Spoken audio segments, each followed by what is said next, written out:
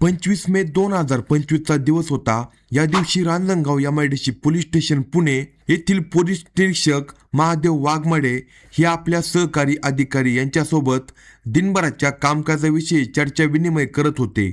या दरम्यान Ranjangaon MIDC police स्टेशनमध्ये कुणीतरी मोबाईल फोनवरून कळवले की रांजणगावच्या हद्दीत हायवेलगत खंडाळे गावाकडे जाणाऱ्या रोडच्या बाजूला महिला व 2 लहान मुले यांचे 3 मृतदेह पडले आहे. हे मृतदेह अर्धवट जळलेले आहे. ही माहिती डे ड्युटी ठाणे अंमलदार यांनी सविस्तरपणे ऐकून घेतली. वरिष्ठ पोलीस निरीक्षक महादेव वाघमारे यांना त्यांच्या केबिनमध्ये जाऊन सांगितली. तसेच या बीटचे बीट अंमलदार सहाय्यक फौजदार गुलाबराव येळे यांनाही कळवली. 3 मृतदेह तेही अर्धवट जळलेल्या अवस्थेत म्हटल्यावर निश्चितच काहीतरी भयानक प्रकार असावा, म्हणून वरिष्ठ पोलीस निरीक्षक वाघमोडे हे सहकारी अधिकारी व कर्मचारी यांना सोबत घेऊन घटनास्थळी दाखल झाले. तेथे त्या 3ही मृतदेहांची बारकाईने पाहणी केली. या दरम्यान परिसरामध्ये पावसाचे वातावरण असल्याने त्या मृतदेहाची दुर्गंधी पसरू लागली होती. पावसाळी वातावरणामुळे आजूबाजूच्या जमिनीवर उठलेले व्रण काही दिसत नव्हते. मात्र त्या मृत महिलेच्या हातावर एक गोंधन टॅटू होता. त्याची बारकाईने पाहणी करण्यात आली, कारण ओळख पटवण्यासाठी हा दुवा फार महत्त्वाचा होता. जय भीम असा या गोंदाचा फोटोही काढण्यात आला होता. रांजणगाव पोलीस स्टेशनला या बीटचे अंमलदार फौजदार गुलाबराव येळे यांनी सरकारतर्फे फिर्याद नोंदवली.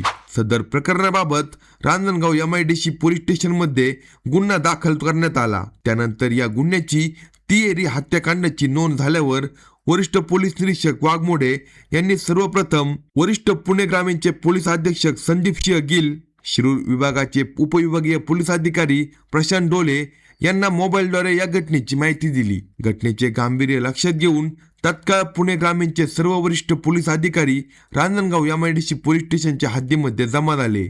या सर्व वरिष्ठांनी मृतदेहाची बारकाईने पाहणी केली. फोटोग्राफरने त्या 3ही मृतदेहाचे वेगवेगळ्या अँगलमधून फोटो काढले. हा प्रकार अतिशय गंभीर स्वरूपाचा असल्याने स्वतः पुणे ग्रामीणचे पोलीस अधिकारी संदीपसिंह गिल हेच घटनास्थळी दाखल झाले होते. मृतदेहाची ओळख पटल्यानंतरच आरोपीपर्यंत पोहोचता येणार होते.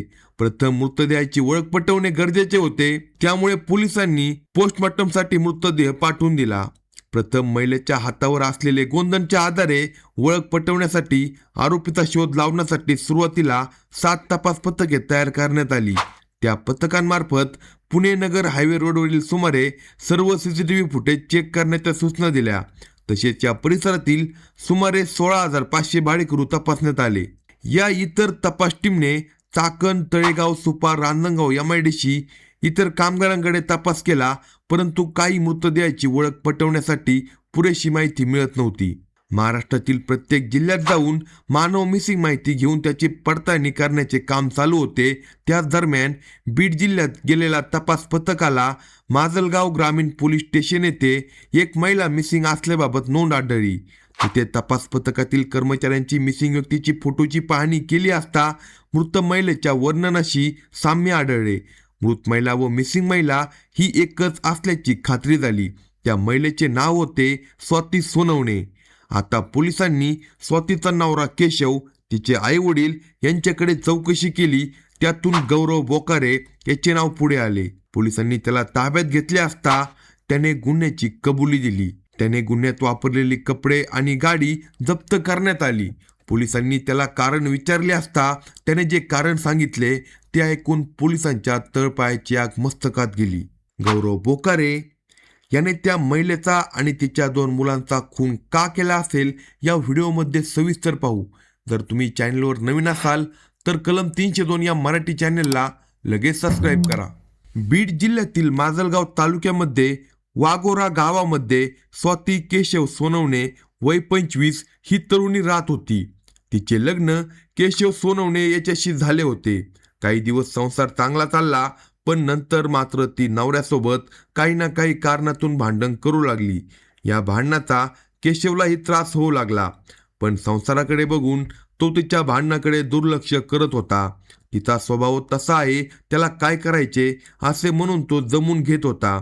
काही दिवस आनंदात तर काही दिवस भांडणात असे चालले होते. दरम्यान या दाम्पत्याला 2 मुले झाली, पण तिच्या वागण्यात काही बदल झाला नाही. अखेर ती रागाने तिच्या आईकडे आळंदीला निघून गेले. तिच्यासोबत तिची दोन्ही मुले स्वराज वय वर्ष 2 आणि विराज वय वर्ष 1 हे दोघेही होते.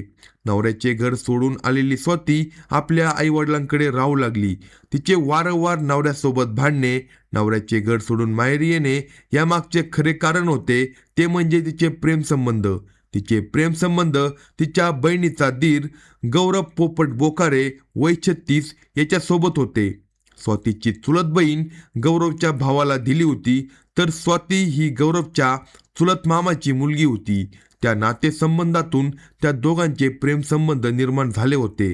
पण दोघांच्या वयात असणाऱ्या वयाच्या अंतरामुळे किंवा अन्य काही कारणामुळे त्या दोघांचे लग्न झाले नाही. तिचे केशवसोबत लग्न झाले. नवरा समजूतदार असला तरी तिला काही तो आवडत नव्हता. तिचा जीव गोरखमध्येच अडकला होता.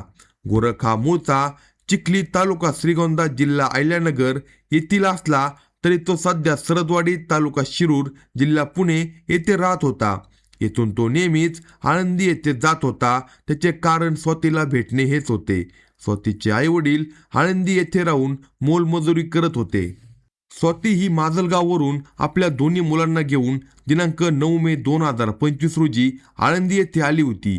ती आई वडिलांकडे राहू लागली होती. काही दिवसांनी स्वातीचा नवरा केशव सोनवणे हा तिला शोधत आळंदीत आला. त्याला तरी बायको आणि मुलांशिवाय कसे करमणार होते.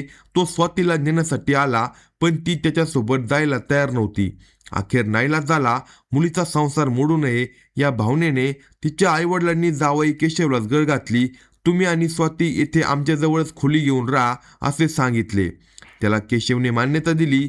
आता केशव आणि स्वाती यांनी आळंदीतच भाड्याने खोली घेऊन संसार थाटला. तिथेच ते कामधंदा करू लागले. मात्र केशव सोनवणे यांच्या दारू पिण्यामुळे घरात वाद होऊ लागला. रोजच नवरा बायकोमध्ये भांडण होत असल्याने आता तिचे आईवडील देखील हतबल झाले. मग त्यांनी त्यांच्या दुसऱ्या मुलीचा दीर गौरव पोपट बोकोरे याला मध्यस्थी करण्यासाठी बोलवले. गौरव हा बोलक्या स्वभावाचा होता. त्याने केशवचा विश्वास संपादन केला. आता तो स्वातीला रोज भेटू लागला. दिवसामागून दिवस जात होते, पण स्वाती व केशव यांच्यामध्ये रोज वेगवेगळ्या कारणावरून भांडणे होत होती. गोरख मिटवण्याच्या बहाण्याने येत होता. स्वातीशी संबंध वाढत होता. अखेर तिने तिच्या आईवडिलांना सांगितले, मला केशवजवळ राहायचे नाही. मी माझ्या दोन्ही मुलांना घेऊन बाहेर कुठेतरी राहीन, पण याच्यासोबत राहणार नाही. त्यावर तिचे आईवडील तिला म्हणाले, थांब जरा, मी उद्या आपले पाहुणे गोरख बोकारे यांना बोलावून घेतो, आपण त्यांना सांगू. दुसऱ्या दिवशी स्वातीच्या वडिलांनी गोरखला आळंदीत बोलावून घेतले. तो आला. त्याने त्या दोघांची समजूत काढली. संध्याकाळी स्वातीचे वडील गोरख व केशव हे तिघेही एकत्र दारू पिले. आता सारे मिटले असे वाटत असतानाच दुसऱ्या दिवशी पुन्हा वाद झाला. मग स्वाती पुन्हा म्हणाली, मी इथे राहणार नाही. त्यावर गोरख म्हणाला, तुला इथे राहायचे नाही तर चल माझ्याबरोबर. स्वातीनेही दोन्ही मुलांना सोबत घेतले आणि गोरखच्या दुचाकीवर जाऊन बसली. गोरखला हवे तसे झाले होते. गोरखने वाटेत निर्जन जागा बघून गाडी थांबवली. आजूबाजूचा कानोसा घेतला. सगळीकडे सामसूम होती. तो तिला घेऊन आडोश्याला गेला. तिला माहीत होते की त्याला काय हवे आहे. तो कामवासनेने पेटला होता. तिनेही त्याला नकार दिला नाही. त्याने तिथेच तिच्याशी शरीर संबंध ठेवले. वासना शांत झाल्यानंतर ते पुन्हा गाडीवरून निघाले. काही अंतर पार करून गेल्यानंतर पुन्हा एकदा त्याने सुनसान जागा पाहून गाडी थांबवली. स्वातीचा नाईलाज होता. ती त्या कामंदाच्या तडाख्यात सापडली होती. तिथेही त्याने तिला आडबाजूला नेले आणि पुन्हा शरीर संबंध केले. तिथून ते पुन्हा दुचाकीने निघाले. रांजणगावच्या जवळ खंडाळे येथे आल्यावर पुन्हा गोरखने गाडी थांबवली. तो तिला पुन्हा आडोश्याला चल म्हणू लागला. तिने नकार दिला. त्याने कसेबसे तिला आडोश्याला नेले. तो तिच्याशी शरीर संबंध करण्याचा प्रयत्न करू लागला. तेव्हा तिने त्याला थांबवले. ती म्हणाली, तुला माझ्याशी संबंध ठेवायचे असतील तर तुला माझ्यासोबत लग्न करायला पाहिजे. मात्र गोरखने लग्न करायला नकार दिला. मी कशाला तुझ्यासोबत लग्न करू, तू फक्त मला सुख दे, असे तो म्हणत होता. त्यावर ती चिडली. रागारागात तिने त्याला धमकावले, लग्न करायचे नसेल तर मी तुझे नाव सगळ्या नातेवाईकांना सांगेन, नाहीतर पोलिसात तक्रार देईन. तिचे ते बोलणे त्याला अपेक्षितच नव्हते. त्याला वाटत होते की ती त्याचे सगळे ऐकेल, तो म्हणेन तसे वागेल. पण तिने त्याला थेट धमकी दिल्याने तो चिडला. त्याने तिच्यावर हल्ला केला. तिचा गळा त्याने जोरात आवळून धरला. ती बचावासाठी धडपडू लागली, पण त्याने तिला सोडले नाही. काही वेळातच तिचा श्वास थांबला. ती थंड पडताच तिच्या 2 लहान मुलांवर गोरखची नजर पडली.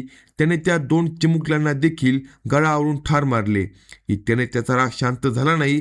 त्याने त्या माईलेकरांच्या डोक्यात दगड घातला. त्यानंतर पेट्रोल टाकून तिनेही मृतदेह जाळून टाकले. काही झाले नसल्याच्या आविर्भावात तो तिथून निघून गेला. त्याने सारे पुरावे संपवले होते.